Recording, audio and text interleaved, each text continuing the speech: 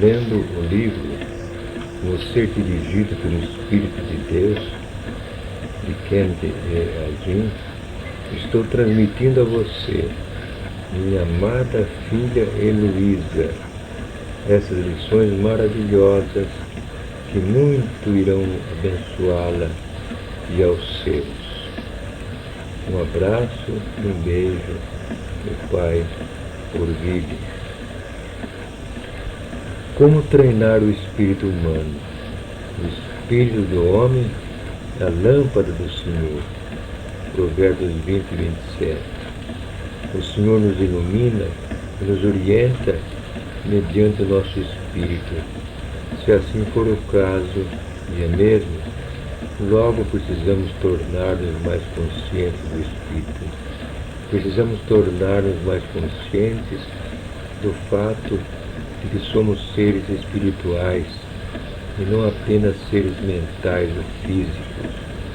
Precisamos treinar o nosso espírito até ele ser um guia cada vez mais seguro. Uma coisa que tem impedido o avanço do mundo cristão como um todo é que somos mais conscientes do físico, do corpo, e mais conscientes da mente, da alma. Temos desenvolvido o corpo e a alma, mas deixamos o espírito do homem quase intocado. Tem uma fita cassete de ensino que ajudou muitas pessoas neste ano. Certo jovem, conheço bastante bem, deu seu testemunho de como a fita o ajudou durante uma das nossas reuniões mais recentes. Há apenas uns poucos anos, quando ele tinha 31, 32 anos de idade, entrou nos negócios. Deixou seu emprego assalariado, tendo em mãos um total de $5.500. Tinha que usar esse dinheiro para suas despesas pessoais. Era solteiro na época e para o seu capital. A certa altura, esta poupança diminuíra para $50. Deu o seguinte testemunho: escutei as fitas do irmão Hagin, havia 3 sobre a fé e a confissão, e uma que se chamava Como Treinar o Espírito Humano.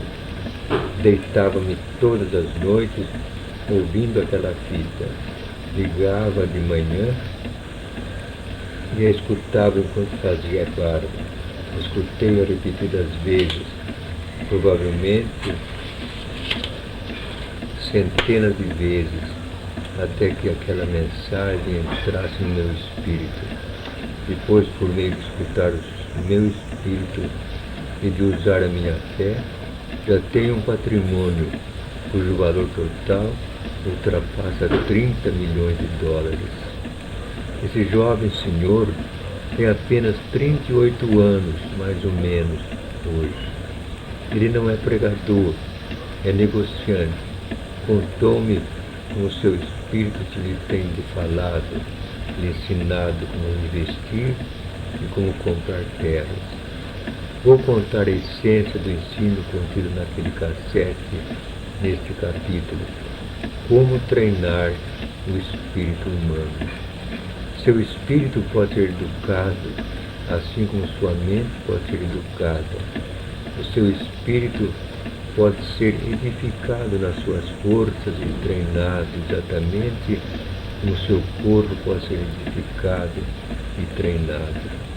Segue-se aqui 4 regras mediante as quais você pode treinar e desenvolver seu próprio espírito humano. 1. Pela meditação na palavra. 2. Pela prática da palavra. 3. Por dar o primeiro lugar à palavra. 4.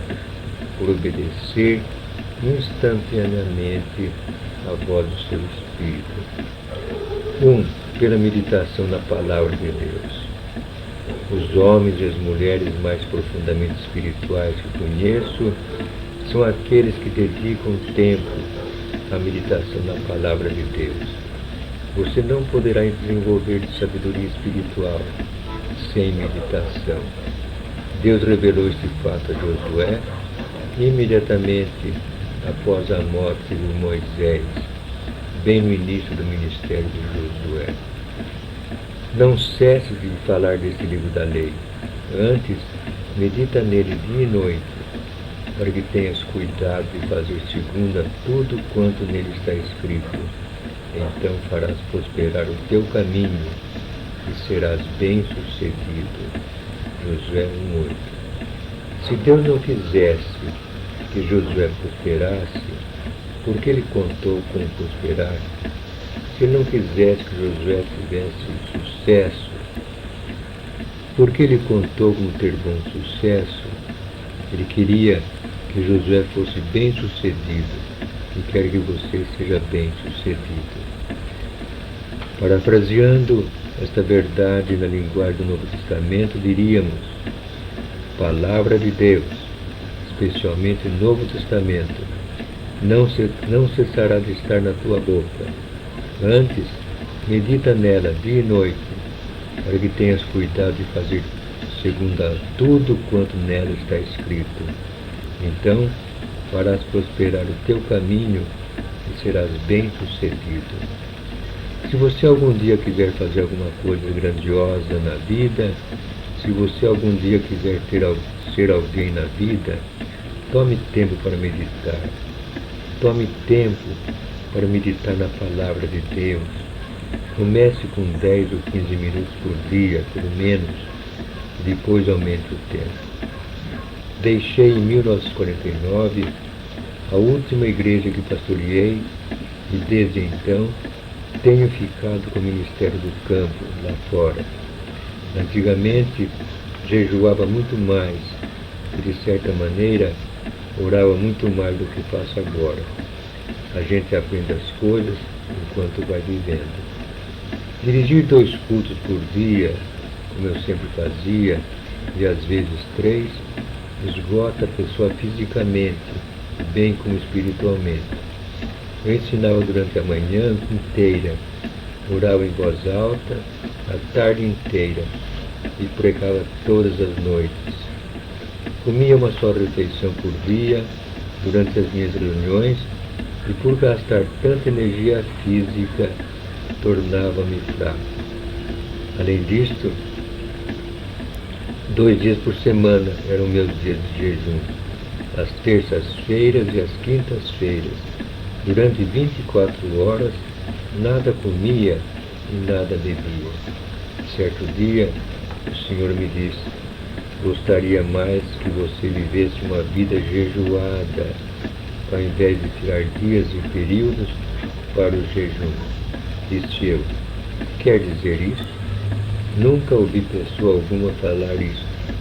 Ele disse: ao invés de ter certos dias para jejuar e depois voltar a comer tudo quanto você quiser, simplesmente vive uma vida jejuada.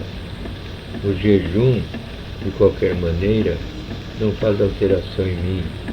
Eu sou o mesmo antes de você jejuar, enquanto você jejua e quando você acaba de jejuar. Isto não altera a palavra. Ajuda você a manter sua carne sob disciplina. Dessarte é só nunca comer tudo quanto você queira. É só manter tudo sob disciplina o tempo todo. Depois ele disse: não passe todo aquele tempo de tarde orando e cansando-se antes do culto da noite. Fique deitado na cama, meditando. Comecei, portanto, a ficar deitado de tarde meditando. E consegui mais progresso meditando do que já consegui orando e jejuando. Cresci mais espiritualmente. É que ele está dizendo em Josué 1:8. Então farás prosperar o teu caminho. Eu queria ser próspero no ministério e serás bem-sucedido. Eu queria ser bem-sucedido no ministério. A mesma coisa funciona, quer você esteja no ministério, quer você crie gado, quer você venda automóveis, ou seja o que for que você fizer. Não cesse de falar dessa palavra de Deus. Fale a respeito dela. Antes medita nela. Pense a respeito dela. palavra hebraica traduzida meditar, também leva consigo o seguinte pensamento: sussurrar, sussurra, falha consigo mesmo. O Senhor me orientou, muito antes de eu ouvir pessoa alguma ensinar sobre a meditação, ficar deitado na cama e sussurrar a palavra. Simplesmente a falava para mim mesmo e conseguia ter algum dos cultos mais tremendos. Envolvi-me espiritualmente e ao mesmo tempo conservei as minhas forças físicas. Gosto de outra tradução de Josué 1:8, que diz o seguinte na última frase: poderás tratar sabiamente os negócios da vida. Você não poderia ser bem-sucedido se não soubesse tratar sabiamente os negócios da vida. Por que você saberia tratar sabiamente os negócios da vida? Porque você medita na palavra de Deus e anda na luz desta palavra. 2. Pela prática da palavra. Trata-se de ser praticante da palavra. Tornai-vos, pois, praticantes da palavra, e não somente ouvintes. Tiago 1:22. Há muitos que falam a respeito da palavra, e até mesmo que se alegram na palavra, mas não há muitos praticantes da palavra. Comece a ensaiar para ser um praticante da palavra, fazendo em todas as circunstâncias aquilo que a palavra lhe manda fazer. Algumas pessoas têm pensado que ser um praticante da palavra significa guardar os 10 mandamentos. Não é isso que Tiago 1:22 quer dizer. Afinal das contas, segundo a nova aliança, temos um só mandamento, o mandamento do amor. Jesus disse: novo mandamento vos dou, vos ameis uns aos outros, assim como eu vos amei, também vos ameis uns aos outros. João 13:34. Um praticante da palavra agirá assim: se você amar uma pessoa, não furtará dela, não mentirá a respeito dela. O Novo Testamento diz que o amor é o cumprimento da lei. Se você andar no amor, não quebrará lei alguma que foi dada para refrear o pecado. Ser praticante da palavra significa que devemos pôr em prática, primariamente, o que está escrito nas epístolas. São as cartas escritas para nós, a Igreja. Como exemplo da prática da palavra, examinemos algumas das instruções que nos são dadas em uma das epístolas. Não andeis ansiosos de coisa alguma, em tudo, porém, sejam conhecidas diante de Deus as vossas petições, pela oração e pela súplica, com ações de graça. Filipenses 4:6. Faça assim, portanto. Ora, não achamos ruim praticar parte deste versículo, a parte que manda orar. Mas se você praticar somente esta parte, e não a primeira parte, você não está praticando a palavra. Você não é praticante da palavra.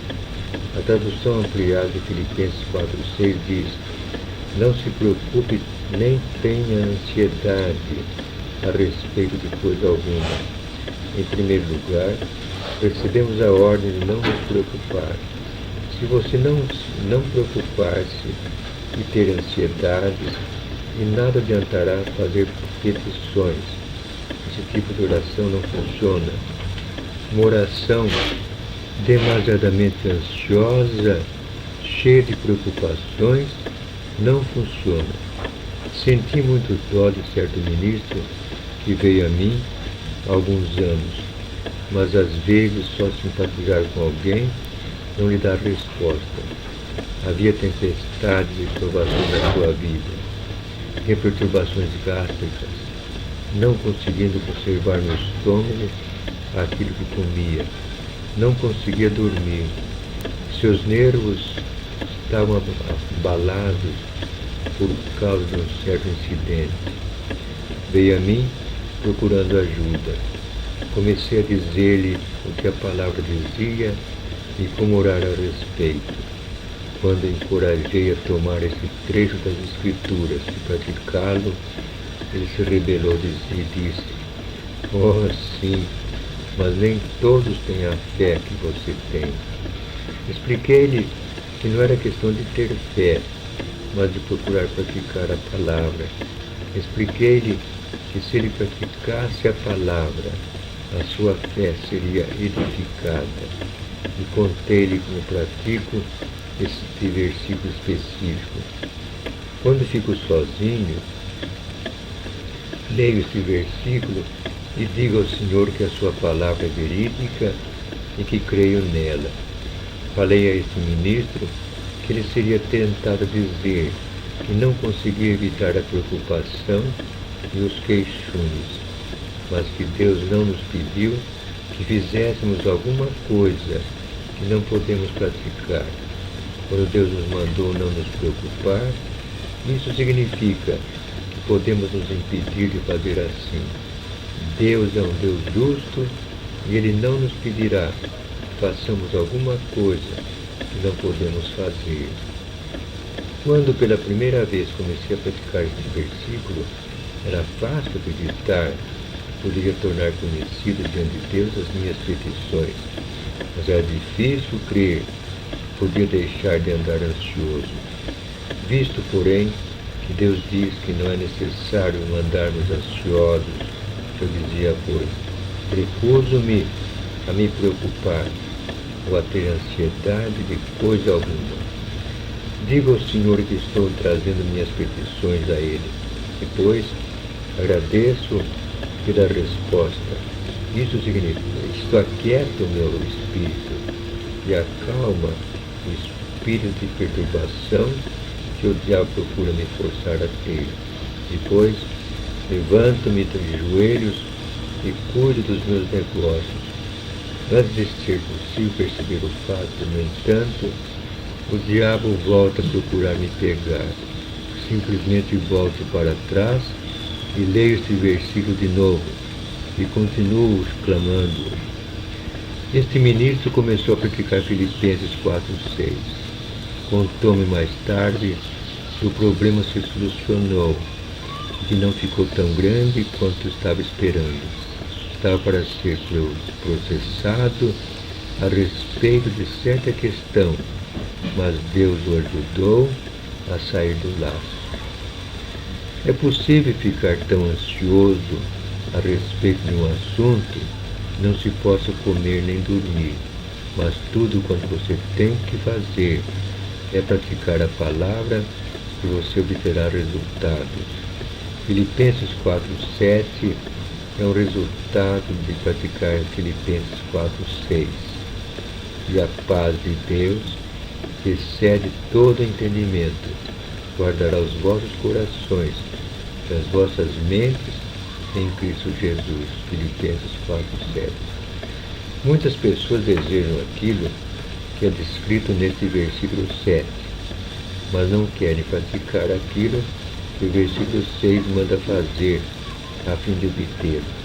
A tradução ampliada do versículo 7 diz: "E a paz de Deus, que transcende todo entendimento, guarnecerá e montará guarda sobre os vossos corações e as vossas mentes em Cristo Jesus." A paz de Deus montará guarda sobre seu coração e sua mente. Mas você pode colher esses resultados e ter esta paz sem ser um praticante da palavra? Não, realmente não pode. O versículo 6 nos manda não andar ansiosos. As pessoas que se preocupam e andam ansiosas pensam continuamente no lado errado da vida. O versículo 8 nos fala em que devemos pensar. Finalmente, irmãos, tudo que é verdadeiro, tudo que é respeitável, tudo que é justo, tudo que é puro, tudo que é amável, tudo que é de boa fama, se alguma virtude há, e se algum louvor existe, seja isso o que ocupe o vosso pensamento. Filipenses 4:8. Faça o versículo 8.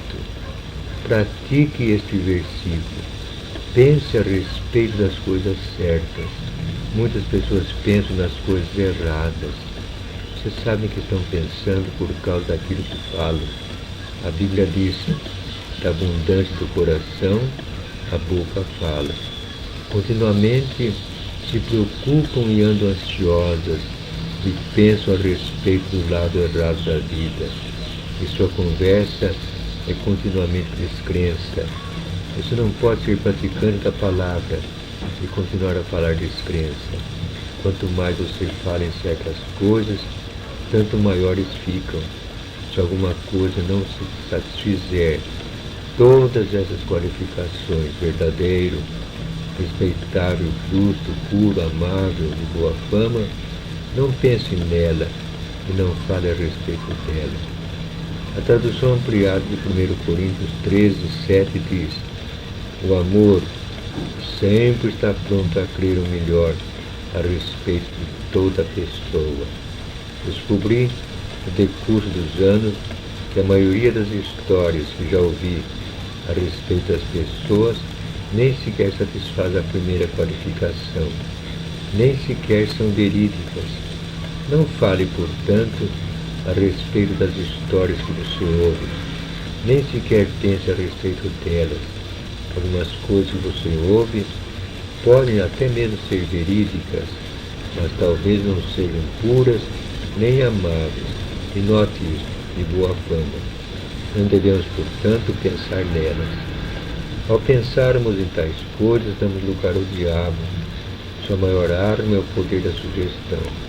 Ele sempre está se esforçando para entrar na sua vida mental, no âmbito dos pensamentos.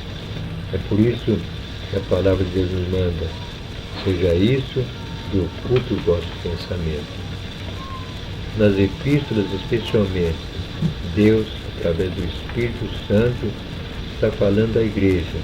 Medite, portanto, nessas cartas e naquilo que ele tem para dizer, e seja praticante da palavra. Você crescerá espiritualmente. 3. Dê o primeiro lugar à palavra. O treinamento, o desenvolvimento, a educação do nosso espírito vem através de dar à palavra de Deus o primeiro lugar em nossa vida. Filho meu, atenta para as minhas palavras, aos meus ensinamentos, e inclina o teu ouvido. Não os deixes apartar-te dos teus olhos, guarda-os no mais íntimo do teu coração, porque são vida para quem os acha e saúde para o seu corpo. Provérbios 4, 20 e 22. Deus diz nesta passagem: atenta para as minhas palavras, preste atenção a elas, ponha-as em primeiro lugar. Aos meus ensinamentos, inclina o teu ouvido, escute o que tenho para dizer. Não os deixes apartar-te dos teus olhos, continue olhando na palavra de Deus. Guarda-o, as minhas palavras, no mais íntimo do teu coração. Há ricos dividendos em troca de fazer isso. Por que Deus nos manda colocar sua palavra em primeiro lugar, escutar o que ele tem para dizer, continuar olhando para sua palavra e conservar a sua palavra no nosso coração? É porque suas palavras são vida para quem as acha e saúde para o corpo. A margem da Bíblia, James, em inglês, diz que a palavra traduzida saúde é a palavra hebraica para remédio. Suas palavras são remédio para o seu corpo, há cura na palavra. Nos 12 anos do meu pastorado, houve membros que ficavam doentes, iam para o hospital e depois pediam oração. Não estou dizendo que é errado ir ao médico, como ele disse. Cremos nos hospitais e nos médicos, graças a Deus por eles. Mas eu estou dizendo, por que não colocar a palavra de Deus no primeiro lugar? Às vezes, como último apelo, os cristãos se voltam para a palavra. Certo ministro batista, que nem sequer acreditava muito na cura divina na ocasião, Contou-me como tivera problemas com as amígdalas. Seu médico sempre insistia que fossem removidas. Sendo assim, a data foi marcada. Era o costume da família dele ler a Bíblia e orar juntos todas as manhãs antes dos filhos saírem para a escola. Na própria data marcada para ele entrar no hospital, a passagem bíblica da família foi aquela que contou do rei Asa, que ficou doente dos pés e que, ao invés de buscar o Senhor, procurou os médicos e morreu. Segundo Crônica 16:12. O ministro disse que ficou impressionado com isso. Reconheceu que nem sequer tinha orado a respeito das suas amígdalas. Compartilhou sua expressão com a esposa e os filhos e pediu que orassem juntos a respeito das amígdalas. Quando oraram, o Senhor lhe disse que não deixasse que fossem removidas. Para a maior surpresa dele, o Senhor curou as amígdalas e o ministro nunca mais teve problemas com elas. Há uma lição que está a ser aprendida aqui. A Bíblia não dá a entender que o rei Asa morreu porque colocou os médicos em primeiro lugar, mas certamente dá a entender que deveria ter posto o Senhor em primeiro lugar. Devemos treinar a nós mesmos para colocar o Senhor em primeiro lugar. Devemos treinar nós mesmos no sentido de perguntar-nos em qualquer questão o que é que a palavra de Deus tem que dizer a respeito disso. Devemos perguntar-nos o que Deus tem para dizer a respeito de qualquer coisa porventura venha surgir em nossa vida. Então, colocar esta palavra em primeiro lugar. Às vezes, os parentes e os amigos procurarão apressar você a entrar nas coisas, mas você precisa pensar naquilo que diz a palavra de Deus. Coloque a palavra de Deus em primeiro lugar em todas as áreas da vida. 4. Obedeça instantaneamente à voz do seu espírito. O espírito humano tem uma voz. Chamamos aquela voz de consciência. Às vezes a chamamos de intuição, de voz interior ou orientação. O mundo a chama de palpite. Mas seja o que for, é o seu espírito falando para você. O espírito de todo homem, quer seja esse salvo, quer não, tem uma voz. O espírito humano, conforme vimos nos capítulos anteriores, é um homem espiritual, um homem do espírito, um homem oculto no interior. Está oculto nos sentidos físicos. Você não pode vê-lo com os olhos físicos, nem tocar nele com as mãos físicas. Este é o homem que se tornou nova criatura em Cristo, segundo Coríntios 5:17. Quando um homem nasce de novo, o seu espírito fica sendo um novo espírito. Deus profetizou através de Ezequiel e de Jeremias que viria um tempo em que ele tiraria o velho coração de pedra de dentro dos homens e colocaria um coração novo dentro deles. Segundo a nova aliança, o novo nascimento se tornou disponível. O novo nascimento é o renascimento do espírito humano, conforme 2 Coríntios 5:17 nos diz: se alguém está em Cristo, é nova criatura. Tudo quanto era antigo no seu espírito, a velha natureza, é removido e todas as coisas se tornam novas. À medida em que você dá a este espírito recém-nascido o privilégio de meditar na palavra de Deus, este fica sendo a fonte das suas informações. Seu espírito se tornará forte e a voz interior da sua consciência, educada no espírito, se tornará uma orientação segura. Você já percebeu que a meditação na palavra, a prática da palavra, a colocação da palavra em primeiro lugar, todas essas coisas vêm antes de você obedecer ao seu espírito? Você entende? Se seu espírito teve o privilégio de de meditar na palavra, de praticar a palavra, de colocar a palavra em primeiro lugar, então seu espírito é uma orientação segura. O espírito do homem é a lâmpada do Senhor. Seu espírito, recém-nascido, tem dentro dele a vida e a natureza de Deus. O Espírito Santo habita dentro do seu espírito. Maior é aquele que está em vós do que aquele que está no mundo. 1 João 4,4. O Espírito Santo habita no seu espírito. Deus tem que comunicar-se com o seu espírito, porque é ali onde ele está. Seu espírito obtém as suas informações através dele. Aprenda a obedecer a voz do seu espírito. Se você não estiver acostumado a fazer assim, é lógico, você não atingirá o alvo rapidamente. Conforme dissemos, o seu espírito pode ser edificado, fortalecido, assim como o seu corpo pode ser edificado e fortalecido.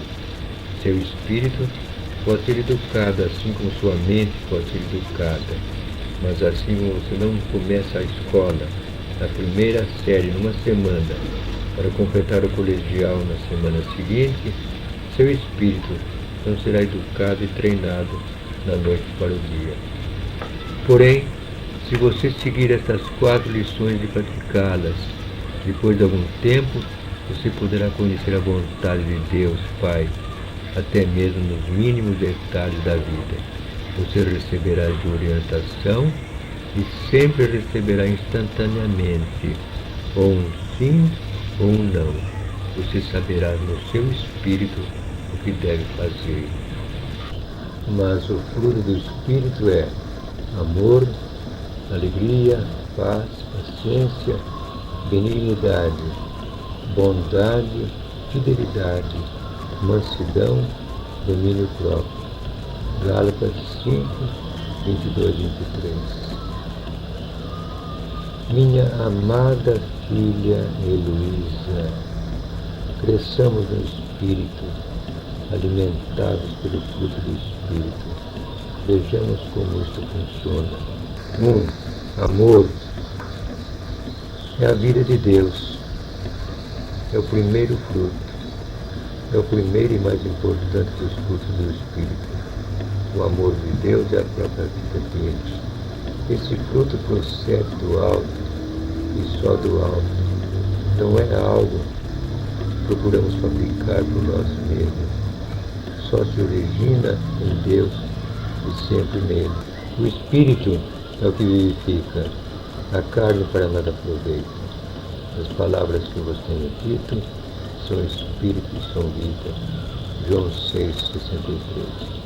A semente da própria vida de Deus, de Cristo, pode germinar em nosso ser e dar frutos excelentes, se assim o permitirmos. O amor está na raiz. O admirável amor de Deus foi produzido sobrenaturalmente no ser humano, por operação divina. Deus contempla o trabalho, o esforço de sua alma e fica contente. O homem do mundo olha e é obrigado a confessar: este aqui é filho de Deus, indiferente.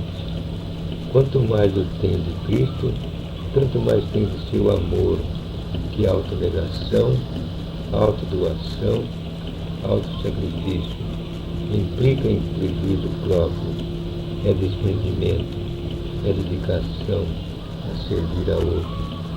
Esta forma de amor teve sua mais elevada e sublime expressão na vida e morte do Senhor Jesus Cristo. O amor e a vida de Deus são uma coisa só.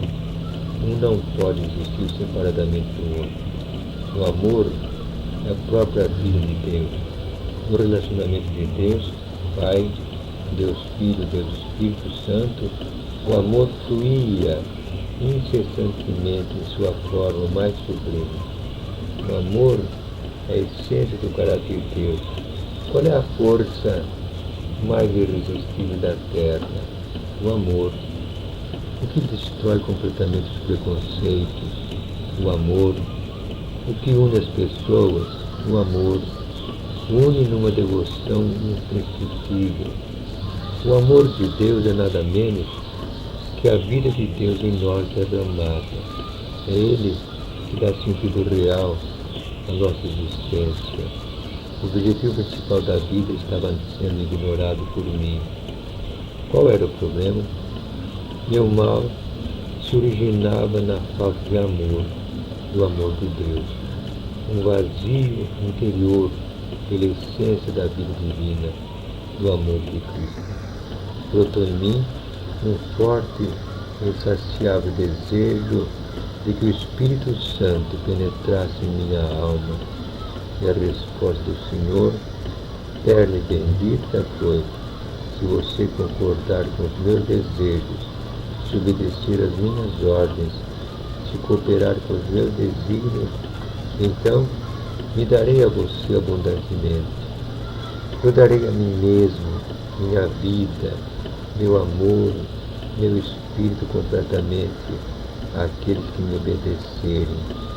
Isto significava que eu teria que modificar minha ordem de prioridades. Não poderia mais viver para mim, mas para Ele. Fez comigo, faz com você. Basta a disponibilidade de abrir o coração com seriedade e sinceridade, possibilitando a sua presença nele. O fruto do Espírito é amor. 2. Alegria. A alegria sempre foi uma das mais importantes características do povo de Deus.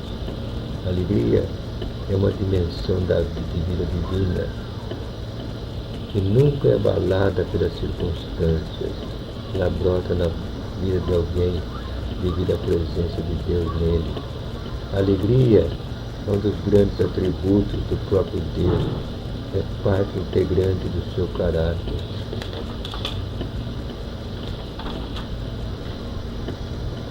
Ele se alegra ao plantar e aguarda ansiosamente a colheita. E é com alegria grande que ele recolhe os frutos. Em tudo que ele faz, há profunda alegria. O que garante minha alegria é justamente o conhecimento que ele tem de mim, o seu interesse pelo meu bem-estar. O amor se alegra com a verdade. 1 Coríntios 13. Ele faz tudo bem. É somente em Deus podemos encontrar a verdadeira fonte da alegria. É a alegria de finalmente conhecer a Deus e saber que Ele me conhece. A alegria de saber que pela sua bendita redenção meus pecados foram perdoados, minha culpa acabou e fui aceito na sua família. Meu espírito é dominado pela profunda certeza de que tudo está bem, até mesmo entre mim e meu ego. Isto é ter e conhecer a alegria do Senhor, e ela se torna uma força tremenda, incorporada à constituição de minha existência. É Ele quem opera em nós o querer e o realizar, segundo a sua boa vontade. Filipenses 2,13. Nossa alegria se acha nele, e se obedecer ao pedido de Jesus, em meu espírito brotará alegria de seu espírito. 3. Paz. Não é mera passividade, não é estagnação. Para que haja paz, é necessária uma ação enérgica e bem definida por parte do pacificador. Paz é o amor de Deus, um amor altruísta, dadivoso, abnegado, desprendido, sacrificial e tranquilo, a despeito de todos os revés da vida. É o amor que permanece calmo, forte e firme, apesar de todos os insultos, antagonismos e ódios.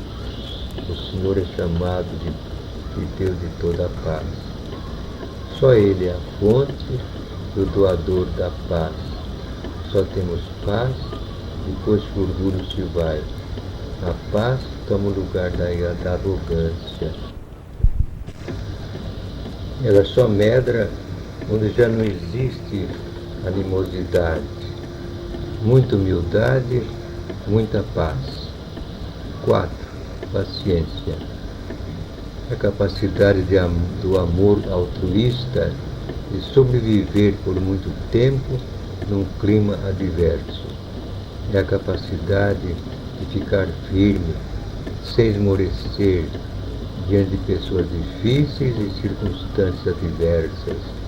Paciência é a forte perseverança, é o amor, é a disposição tranquila que, vigilante e alerta, aguarda o momento certo de dar o passo certo.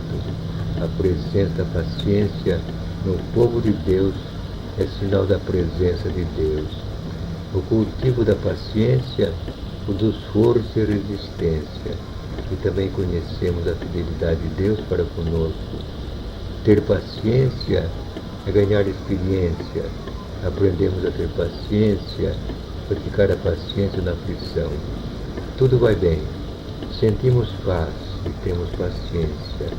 Descansa no Senhor e espera nele. Salmo 37, 7. 5. Benignidade. É amor revelando misericórdia. É impossível uma pessoa ser benigna sem ser misericordiosa. Implica também a sinceridade e o respeito, sem fingimento. Deus sofre por nós, nós pelos outros, porque muito grande é a sua misericórdia para conosco. Salmo 117, 2. É a benignidade de Deus que nos enriquece e nos dá energias espirituais, morais e físicas. Deus é benigno, porque não poderia ser de outra forma. Benignidade implica em coragem, integridade e altruísmo. A vida de Cristo comunicada à nossa vida. 6. Bondade. É graça e generosidade. Quase ninguém ora assim. Ó Deus, peço-te, me tornes bom. Fato singular. A bondade de Cristo atrai ou repele os indivíduos. A bondade de Deus é diferente das chamadas boas obras. A primeira é Deus em nós. A outra é fruto do egoísmo humano. 7. Fidelidade. É a fé do cristão que vem de Cristo. A palavra de Deus está cheia de definições sobre a fidelidade de Deus. Salmo 36, 5 a 9. Ele é fiel pela sua constituição. Sempre podemos contar com a presença fiel e vigilante de Deus. Eis que estou convosco todos os dias até a consumação dos séculos. Cristo Jesus. 8. Mansidão. É humildade e brandura. Os galhos mais carregados de frutos também são aqueles que ficam mais baixos. Na conduta humana acontece o mesmo. Homens mansos não são homens fracos, são fortes, serenos, íntegros. Tem um preço, é vida dedicada, consagrada, vivida para os outros. Um exemplo, Cristo, manso e humilde. A pessoa humilde, mansa e de bom gênio é alvo da afeição de todos. Os outros a abençoam. Ganha almas para o Salvador.